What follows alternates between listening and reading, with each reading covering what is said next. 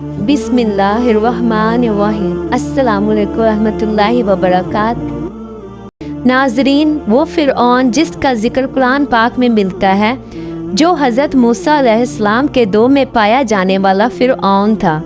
फ़िरऔन बदबख्त का ताल्लुक़ कबीला कब्तिया से था और उसकी उम्र 400 साल थी। इस 400 साल की उम्र में वो ना तो कभी बीमार हुआ और ना ही कभी इसके सर में दर्द हुआ और ना ही कोई दुश्मन इस पर गालिब आ सका। इसका चेहरा तांबे की तरह चमकता था। इसी वजह से यहूदी इसको कबूस कहा करते थे। फ़िरऔन बादशाह बनने से पहले मेहनत मजदूरी और तिजारत किया करता था। एक दिन ये मेहनत मजदूरी से तंग आकर बाजार की तरफ निकला और वहाँ पर इसकी मुलाकात हामान से हुई। देखते ही देखते इन दोनों बदबख्तों की मुलाकात दोस्ती में बदल गई। अगरचा ये दोनों मलऊन काम की तलाश में शहर की तरफ रवाना हो गए और इन दिनों शहर में खरबूजों की खरीदो फरोख्त का काम जारी था। इस तरह ये दोनों बदबख्त एक खरबूजे वाले के पास गए और इससे काम मांगा। चनाचा इस वक्त इस खरबूजे वाले ने इन दोनों से कहा, मेरे खरबूजे ले जाओ और बाजार में जाकर फरोख्त कराओ। जब ये माल तुम दोनों फरोख्त कर लोगे तो मैं तुम्हें खाने के लिए कुछ दूंगा। इस वक्त खरबूजे वाले की ये बात सुनकर फ़िरऔन ने हामान से कहा कि तुम यहीं ठहरो और मैं ये खरबूजे ले जाता हूँ और बाजार में फ़रोख्त कर आता हूँ। चनाचा ऐसा ही किया गया। फ़िरऔन वो खरबूजे लेकर शहर की तरफ चल गया और वहाँ जाकर फ़िरऔन ने दुकानदारों से खरबूजे खरीदने का कहा तो उस वक्त दुकानदारों ने फ़िरऔन से कहा, हम तो सौदा उधार पर खरीदते हैं और फ़रोख्त करने के बाद इसकी रकम अदा करते हैं और यहाँ का यही दस्तूर है। चनाचा दुकानदारों की ये बात सुनकर फ़िरऔन कुछ देर के लिए खामोश हो गया और फिर इस वादे पर वो सामान फरोख्त करके चला गया। वापस आकर खरबूजे के मालिक से कहा, मुझे ये काम अच्छा नहीं लगता। इतना बोलकर फ़िरऔन वहाँ से चला गया। अब फ़िरऔन को किसी अच्छे काम की तलाश थी जिसकी वजह से फ़िरऔन ज़्यादा से ज़्यादा मालो दौलत और रुपया पैसा कमा सके। इसके बाद फ़िरऔन बादशाह मिस्र के दरबार में चला गया और उसकी खिदमत में जाकर दरख्वास्त की पेश कर दी कि मैं बहुत दूर से आया हूँ, मैं बहुत गरीब हूँ और मुझे किसी काम की तलाश है और मैं खाने पीने से भी आजिज़ हूँ। बराए मेहरबानी अपनी सल्तनत मिस्र के इसी शहर में बतौर फिदवी मुझे कोई काम दे दिया जाए और इस गुलाम को इस जगह पर मामूर फरमाकर सरफराज किया जाए। चनाचा उस वक्त फ़िरऔन की ये बात सुनकर मिस्र के बादशाह ने कहा कि तू कौन सा काम चाहता है। चनाचा बादशाह की बात सुनकर फ़िरऔन ने कहा, मुझे मिस्र के कब्रिस्तान की दरोगी दे दी जाए और इसके बदले मैं कुछ रकम फिदिये के तौर पर शाही खजाने में जमा करवाया करूँगा और बाकी रकम अपने पास रखूँगा और मेरी इजाज़त के बगैर मिस्र के इस कब्रिस्तान में कोई भी मुर्दा दफन ना होगा। ये बात सुनकर उस वक्त के बादशाह मिस्र ने फ़िरऔन को मिस्र के कब्रिस्तान की दरोगी दे दी। चनाचा इस तरह मिस्र के कब्रिस्तान की दरोगी मिलते ही फ़िरऔन बहुत खुश हुआ और खुशी खुशी जाकर कब्रिस्तान के दरवाजे पर बैठ गया और इंतज़ार करने लगा कि अब कौन आएगा जो अपने मुर्दे को कब्रिस्तान में दफन करेगा। नाजरीन, अल्लाह के हुक्म से ऐसा हुआ कि उसी साल मिस्र में एक वबा फैल गई जिसकी वजह से मिस्र के बहुत सारे लोग मरना शुरू हो गए। फ़िरऔन ने ये देखा तो इसने हर लाश के बदले उनके वारिसों से एक एक सोने का दरहम लेना शुरू कर दिया और उसके बाद कुछ ही दिनों में फ़िरऔन के पास बहुत सारी दौलत जमा हो गई और फ़िरऔन अमीर हो गया। इतना ज़्यादा मालो दौलत इकट्ठा हो जाने के बाद फ़िरऔन ने सोचा, क्यों ना मिस्र के तमाम कब्रिस्तान को अपने अंडर में किया जाए। लिहाजा फ़िरऔन ने ऐसा ही किया। फ़िरऔन ने उस वक्त के बादशाह को बहुत सारे पैसे दिए और मिस्र के तमाम कब्रिस्तान की दरोगी अपने ज़िम्मा ले ली। चनाचा इस तरह फ़िरऔन कब्रिस्तान की दरोगी के ज़रिए बादशाह मिस्र के ख़जाने में بہت سارا روپیہ پیسہ جمع کرواتا اور فرعون اس عمل سے بادشاہ مصر بہت خوش ہوتا اور بادشاہ مصر فرعون کو پیار اور عزت دینے لگا۔ چنانچہ اس دوران اللہ کے حکم سے ایسا ہوا کہ اس وقت مصر کا وزیر مر گیا، اور چونکہ فرعون اس وقت بادشاہ مصر کا بہت زیادہ قریب بندہ بن چکا تھا، لہٰذا مصر کے بادشاہ نے فرعون کو ہی مصر کا وزیر مقرر کر دیا۔ اقتدار ملتے ہی فرعون اقتدار کے نشے میں بدمست ہو گیا اور اس نے اپنے بدبخت دوست حامان کو بھی اپنے پاس بلوا لیا۔ اس وقت فرعون اپنے دوست حامان سے کہنے لگا کہ میں چاہتا ہوں کہ میں خدائی کا دعویٰ کروں اور ساری مخلوق مجھ کو خدا مانے اور میری عبادت کرے۔ فرعون کی یہ بات سن کر حامان بہت حیران ہو گیا، اور حامان فرعون سے کہنے لگا کہ اگر تو خدائی کا دعویٰ کرنا چاہتا ہے تو سب سے پہلے بنی اسرائیل کی تمام مخلوق کو اپنے ہاتھ میں لے لے اور ان کے دل میں اپنی محبت پیدا کر۔ حامان کی یہ بات سن کر فرعون نے حامان سے کہا کہ ایسا کرنے کے لیے آخر کیا کیا جائے، اور یہ لوگ کس طرح مجھے اپنا خدا تسلیم کریں گے، کیونکہ اس وقت تمام لوگ حضرت یوسف علیہ السلام اور حضرت یعقوب علیہ السلام کے دین پر تھے، اور کس طرح وہ لوگ اپنا دین چھوڑ کر فرعون کو اپنا خدا تسلیم کرتے۔ اس وقت فرعون نے اپنے دوست حامان سے اس کے بارے میں کوئی تدبیر نکالنے کا کہا۔ فرعون کی یہ بات سن کر حامان کچھ دیر کے لیے سوچتا رہا اور پھر یہ تدبیر نکالی کہ بادشاہ مصر سے یہ درخواست کی جائے کہ میں چاہتا ہوں کہ مصر کے تمام لوگوں کی تمام تر خواہشات مفت میں پوری کی جائیں، اور ان لوگوں کے تمام تر اخراجات میں اپنی جیب سے ادا کروں گا، اور جو لوگ جو چیز بھی حاصل کرنا چاہیں وہ مفت میں حاصل کر سکتے ہیں۔ چنانچہ اس وقت بادشاہ مصر نے فرعون کی یہ بات سن کر اس کی یہ درخواست قبول کر لی، اور 1 سال کے لیے تمام مصریوں کو یہ رعایت فراہم کر دی، اور فرعون نے 1 سال میں ہونے والے تمام تر اخراجات کی رقم حامان کے ہاتھوں بادشاہ کے خزانے میں جمع کروا دی، اور پورے مصر میں یہ اعلان کروا دیا گیا کہ اس سال خزانہ رعایتوں پر دستیاب ہے۔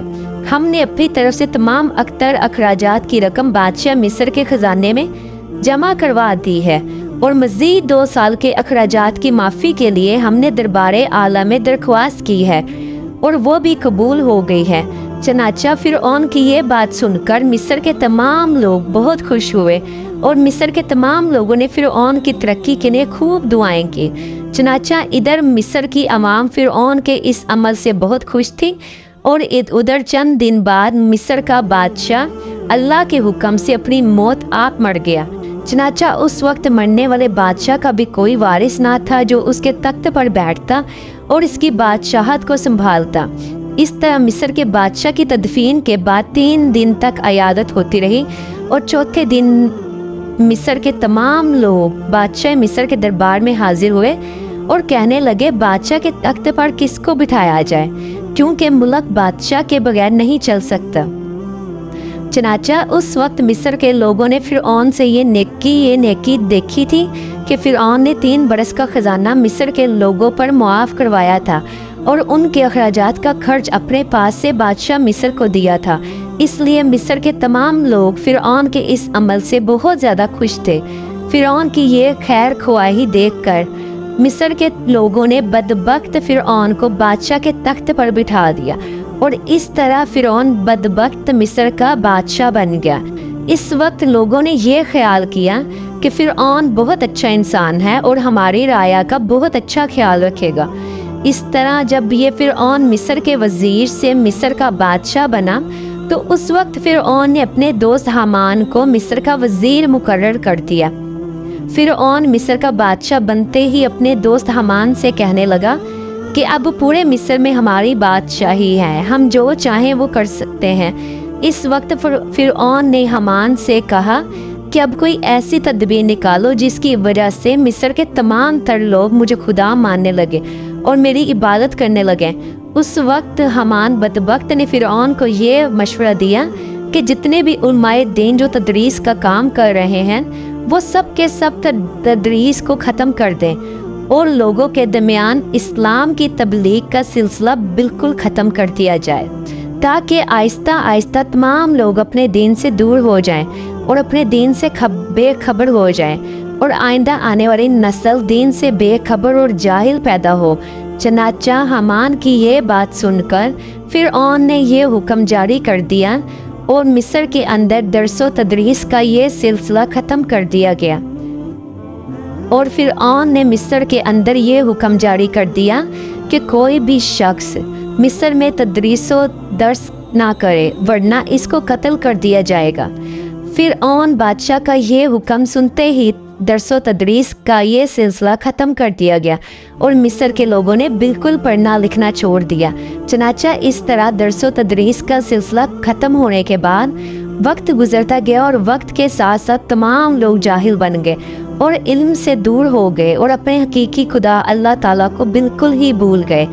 इस वक्त मिस्र के लोगों की ये हालत हो गई कि जानवरों की तरह जाहिल बन गए। उस वक्त फिरऔन ने तमाम मिस्र के लोगों को ये हुक्म जारी किया कि मिस्र के तमाम लोग अपने अपने घरों में बुत बनाकर इसको सजदा किया करें और इसकी पूजा किया करें। चनाचा फिरऔन का ये हुक्म पाते ही एक कौम जो उस वक्त कसीर तादाद में थी उन्होंने बुतों की पूजा करना शुरू कर दी और आहिस्ता आहिस्ता ये बुत परस्ती बढ़ती चले गई और ये सिलसिला 20 साल तक जारी रहा। और फिर इसके बाद फिरऔन ने मिस्र में ये ऐलान करवाया और इस ऐलान में ये अल्फाज लोगों के कानों तक पहुँचाए जिसका जिक्र कुरान पाक में यूँ मिलता है। और बस लोगों को जमा किया और लोगों से कहा, मैं हूँ रब तुम्हारा सबसे बड़ा और बुलंद। नाजरीन, इस तरह लोग कई साल तक बुतों की पूजा करते रहे। जब लोग मुशरिक और बुत परस्त बन गए तो उस वक्त फिरऔन ने यह हुक्म जारी किया कि अपने घरों में मौजूद तमाम बुतों को तोड़ दिया जाए और मुझे खुदा माना जाए, मेरी पूजा की जाए। चनाचा फिरऔन का ये हुक्म मिलते ही लोगों ने ऐसा ही किया। तमाम कौम ने बुतों को तोड़ दिया और फिरऔन को पूजना शुरू कर दिया और फिरऔन को खुदा मानने लगे। लेकिन किप्ती कौम के अलावा कोई दूसरा फिरऔन को खुदा नहीं मानता था। किप्ती कौम वाहिद ऐसी कौम थी जो फिरऔन को अपना खुदा मानती थी और बाकी तमाम लोग अल्लाह की वहदानियत पर यकीन रखते थे और अल्लाह ताला को अपना खुदा मानते थे। इसी वजह से फिरऔन किप्तियों पर बहुत मेहरबान था और बनी इसराइल के मुसलमानों पर तरह तरह के जुल्म व सितम किया करता था, क्योंकि बनी इसराइल की कौम हज़रत यूसुफ अलैहिस्सलाम के दीन पर थी। इसी वजह से तो फिरऔन उन पर जुल्म करता था। फिरऔन तरीक में वो जालिम बादशाह गुजरा है जिसने खुदाई दावा किया था, जिसकी जुल्म की दास्तानों से तरीक के औकात बड़े पड़े हैं। बनी इसराइल को गुलाम बनाकर इन पर बड़े जुल्म ढाए थे। बांदी और अपनी बीवी हज़रत आसिया रज़ी ताला अन्हो पर जुल्म के पहाड़ तोड़कर इनको शहीद कर दिया। आखिरकार अल्लाह ताला ने इसको इसके तकब्बुर के साथ दरियाए नील में गर्क कर दिया कि हुकूमत को और इसकी हुकूमत को निस्तो नाबूद और तहस नहस कर डाला और रहती दुनिया तक के लिए इसको इबरत का निशान बना दिया और इसको ये साबित कर दिया कि तकब्बुर का अंजाम सिर्फ बर्बादी है और तकब्बुर सिर्फ अल्लाह की चादर है। फिरऔन की महल में एक औरत फिरऔन की बेटियों के बाल संवारा करती थी। एक बार वो फिरऔन की बेटी के बाल संवार रही थी कि उनके हाथ से कंघी नीचे गिर गई। जब वो कंघी उठाने लगी तो उन्होंने अल्लाह का नाम लिया, जिस पर इस बांदी ने अल्लाह रब्बुल इज़्ज़त का नाम लिया। तो फिरऔन की बेटी समझ गई कि ये तो मेरे वालिद को माबूद नहीं मानती बल्कि हज़रत मूसा अलैहिस्सलाम के अल्लाह पर ईमान रखती थी। चनाचा इस लड़की से पूछा गया कि क्या तुम मेरे वालिद को खुदा नहीं मानती? तो उसने कहा, हरगिज़ नहीं, मेरा खुदा तो वो है जो हज़रत मूसा अलैहिस्सलाम का परवरदिगार है। जब लड़की ने दो टोक जवाब सुना तो उठकर अपने बाप के पास चले गई और कहने लगी कि आपके महल में आपके ज़ेरे साया रहने वाली औरत तो आपको खुदा ही नहीं मानती। बेटी की बातें सुनकर फिरऔन गुस्से में आ गया। चनाचा वो कहने लगा, मैं दरबार में जाकर इस औरत को ऐसी सजा दूंगा कि या तो वो मूसा अलैहिस्सलाम के रब को अल्लाह कहने से बाज आ जाएगी या फिर अपनी जान से हाथ धो बैठेगी। अब जब फिरऔन अपने दरबार में पहुंचा तो उसने उस औरत को अपने पास बुलवाया और कहने लगा कि देखो भाई, तू मूसा अलैहिस्सलाम के अल्लाह को अल्लाह कहना छोड़ दो। वो कहने लगी कि हरगिज़ नहीं, تو اس نے اس کو بڑا ڈرایا دھمکایا، مگر وہ کہنے لگی کہ اب تم جو کر سکتے ہو کر لو، میں پیچھے نہیں ہٹوں گی۔ ان کا یہ دلیرانہ جواب سن کر فرعون نے اسے اپنی انا کا مسئلہ بنا لیا۔ چنانچہ فرعون نے حکم دیا کہ اس کو زمین پر لٹا دیا جائے، تو انہیں زمین پر لٹا دیا گیا۔ پھر حکم دیا کہ ان کے دونوں ہاتھوں پاؤں میں کلی گاڑ دی جائے۔ چنانچہ ان کے ہاتھوں پاؤں میں کیلیں گاڑ دی گئیں تاکہ وہ حرکت نہ کر سکے۔ اس دوران وزیر آیا اور اس نے فرعون سے کہا کہ اس کی ایک دودھ پیتی چھوٹی سی بچی ہے، اگر اس کی بیٹی کو اس کے سامنے ہی قتل کر دو تو یہ اپنی مامتا سے مجبور ہو کر اس کی بات مان جائے گی۔ اس کے بعد فرعون نے اس کی دودھ پیتی بچی کو بلوایا اور اس کے سینے پہ لٹا دیا۔ پھر فرعون کہنے لگا کہ میں تمہاری اس بچی کو تمہارے سامنے ہی قتل کر دوں گا۔ باندی فرعون کی اتنی بڑی دھمکی سن کر بھی یہ کہنے لگی کہ اب میرا دل اطمینان سے بڑھ چکا ہے کہ میں اپنی آنکھوں سے بیٹی کو خون میں لت پت تڑپتا دیکھ سکتی ہوں، مگر میں اپنے ایمان کا خون نہیں دیکھ سکتی۔ چنانچہ باندی کے سینے پر ہی اس معصوم بچی کی گردن کاٹ دی گئی۔ جب وہ بچی ٹھنڈی ہو گئی تو فرعون کہنے لگا کہ اب ہم تمہیں قتل کر دیں گے۔ تو وہ کہنے لگی تو جو مرضی چاہے کر لے، میں پیچھے نہیں ہٹوں گی۔ بالآخر اس ظالم نے اس کو بھی شہید کر دیا۔ اس کے بعد فرعون جب حضرت مشاطہ کو شہید کروا کر اپنے گھر پہنچا تو اپنی بیوی حضرت آسیہ رضی اللہ عنہ سے کہنے لگا کہ آج یہ واقعہ پیش آیا کہ میں نے ایک عورت کو عبرت ناک سزا دی۔ اس کی بیوی نے اسے کہا، ارے تیرا ناس ہو، تو نے ایک معصوم بچی کی بھی جان لے لی اور ایک بے گناہ عورت کو قتل کیا۔ فرعون کہنے لگا کہ میں نے اس کو اس لیے عبرت ناک سزا دی کہ وہ مجھے خدا نہیں مانتی تھی۔ یہ سن کر حضرت آسیہ رضی اللہ عنہ نے کہا، خدا تو میں بھی تجھے نہیں مانتی، بلکہ تو ایک عام انسان ہے۔ جب فرعون نے یہ سنا تو حیران رہ گیا، کیونکہ اس سے حضرت آسیہ رضی اللہ عنہ سے بڑی محبت تھی۔ حضرت آسیہ رضی اللہ عنہ کو اللہ تعالیٰ نے بڑا حسن و جمال عطا کیا تھا۔ فرعون نے انہیں پوری قوم کی عورتوں میں سے چن کر ان کے حسن کی وجہ سے اپنی بیوی بنایا تھا، اس وجہ سے وہ ان سے بڑی محبت کرتا تھا۔ چنانچہ فرعون کہنے لگا کہ یہ تم کیسی باتیں کرتی ہو؟ وہ کہنے لگی، میں بالکل ٹھیک کہہ رہی ہوں کہ تو جھوٹا ہے، پروردگار تو وہی ہے جس کا پیغام لے کر حضرت موسیٰ علیہ السلام تشریف لائے ہیں۔ فرعون نے یہ بات سنی تو اسے بہت غصہ آیا، لہٰذا کہنے لگا، میں تمہارا بھی وہی حشر کروں گا جو میں نے مشاطہ کا کیا۔ اور وہ کہنے لگی کہ جو چاہتا ہے کر لے، میرے ساتھ میرا پروردگار ہے۔ اب میں نے فیصلہ کر لیا ہے کہ میں اپنے پروردگار کو کبھی نہیں چھوڑ سکتی، البتہ تیری ہر چیز کو لات مار سکتے ہوں۔ جب اس نے یہ باتیں سنی تو وہ پھر دربار آیا اور اس نے اپنے لوگوں کو جمع کیا اور کہنے لگا کہ یہ دیکھو کتنی بڑی سازش ہو گئی ہے۔ موسیٰ علیہ السلام نے میری بیوی کو بہکا لیا اور آج میں اس عورت کو یا تو مار ڈالوں گا یا پھر وہ اپنی بات سے ہٹ جائے گی۔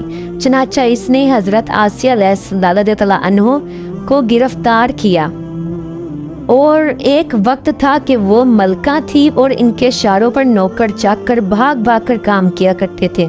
لوگ احترام کی وجہ سے ان کی طرف آنکھ اٹھا کر بھی نہیں دیکھتے تھے، اور آج وہ فرعون کے دربار میں ملزم بنے کھڑے ہیں صرف اللہ کی محبت میں۔ پھر فرعون حضرت آسیہ رضی اللہ عنہ سے کہنے لگا کہ تو اتنے عالیشان محل میں رہتی ہے، اتنی نعمتوں میں پلی ہے، اور میں نے تجھے اپنی محبوبہ بنایا، لیکن میں سب کچھ تجھ سے چھین لوں گا۔ بہتر ہے کہ تو اب بھی باز آ جا اور مجھے خدا مان لے۔ حضرت آسیہ رضی اللہ عنہ کہنے لگی کہ میں نے اب ایمان قبول کر لیا ہے، اس لیے میں اپنی بات سے پیچھے نہیں ہٹ سکتی۔ چنانچہ فرعون نے فیصلہ کر لیا کہ میں اس سے بھی سزا دوں گا۔ اس کے بعد فرعون نے سب سے پہلے سزا کے طور پر انہیں رسوا کرنے کا فیصلہ کیا۔ چنانچہ اس نے کہا کہ سب سے پہلے اس عورت کے جسم کا لباس اتار دیا جائے۔ اب سوچنے کی بات یہ ہے کہ کسی مرد کو کہا جائے کہ تجھے لوگوں کے سامنے بے لباس کر دیں گے تو اس کو کیسی شرم آتی ہے۔ وہ چاہتا ہے کہ زمین پھٹ جائے اور میں اس میں سما جاؤں، اور عورت کے اندر تو اللہ تعالیٰ نے شرم و حیا زیادہ رکھی ہے۔ فرعون نے اس کے جسم سے لباس اتروا دیا۔ وہ کیسی صورتحال کا شکار ہوئیں، ایک طرف ایمان ہے، دوسری طرف امتحان ہے، لیکن وہ ڈٹی رہی۔ فرعون نے کہا، اچھا اگر اب بھی نہیں مانتی तो मैं तुझे इस तरह का अजाब दूंगा कि चनाचा। फिरौन ने कहा कि इसका मुंह मेरे महल की तरफ करके लटा दो ताकि इसका आखिरी वक्त भी इसकी निगाहें मेरे महल पे लगी रहें और इसके ज़हन में ये बात रहे कि इन नेमतों को ठुकरा कर ज़लीलो ख्वार होकर मैं मर रही हूँ। लिहाजा इन्हें फिरौन के हुक्म के मुताबिक लटा दिया गया। इनके हाथों और पैरों में लोहे की कीलें गाड़ दी गई ताकि वो हिल ना सके। इसके बाद फिरौन ने लोगों को बुलाकर कहा, इसके जिस्म से खाल उतार दो। उस जालिम ने जिंदा के जिस्म से खाल उतार दी और वो भी औरत नाजुक बदन, मगर वो इसको बर्दाश्त करती रही। इन्हें अल्लाह के नाम पर तकलीफ दी जा रही थी। इस तरह उनके जिस्म से खाल को अलग कर दिया गया। अल्लाह की शान देखें कि वो अभी भी जिंदा थे मगर जिस्म जख्म बन चुका था। फिरौन का दिल अब तक ठंडा नहीं हुआ था। चनाचा वो कहने लगा, मिर्चें लाओ और इसके पूरे जिस्म पर मिर्चें छिड़क दो। हज़रत आसिया रज़ियल्लाहु अन्हा के जिस्म पर मिर्चें डाल दी गईं और वो मछली की तरह तड़पने लगे। इस तड़पने की हालत में उन्होंने अल्लाह ताला के हजूर एक दुआ मांगी कि ऐ अल्लाह, इस फिरौन का महल सामने है और वो ये कहता है कि हमने तुम्हें इस महल से निकाल दिया। आज के बाद तुम इस महल में नहीं जा सकोगे, इसलिए ए अल्लाह मुझे इस महल के बदले जन्नत में तेरे पास एक घर चाहिए और मुझे फिरौन और इसके अमल से निजात अता फरमा। अल्लाह ताला ने उसी हाल में इनको शहादत के मर्तबे पर फाइज फरमाया और जन्नत में हजूर अकरम सल्लल्लाहु अलैहि वसल्लम की ज़ौजा मुहतरमा बना दिया। नाजरीन, माजी में लोगों ने कैसी कैसी कुर्बानियाँ देकर अपने ईमान को बचाया है। जुल्म की पहाड़ सह लिए लेकिन ईमान का सौदा ना किया। हर बातिल ताकत से टकरा गए लेकिन अल्लाह को नाराज ना किया। आज गए गुजरे दौर में हमसे बहुत छोटी कुर्बानी मांगी जाती है। क्या हम इतने एहसान फरामोश और इतने गए गुजरे हो गए हैं कि 5 वक्त की नमाज भी ना पढ़ सकें?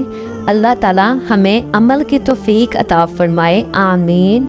ये थी हमारी आज की वीडियो अच्छी लगी हो तो वीडियो को लाइक कीजिएगा, शेयर कीजिएगा और चैनल को सब्सक्राइब करना ना भूलिएगा।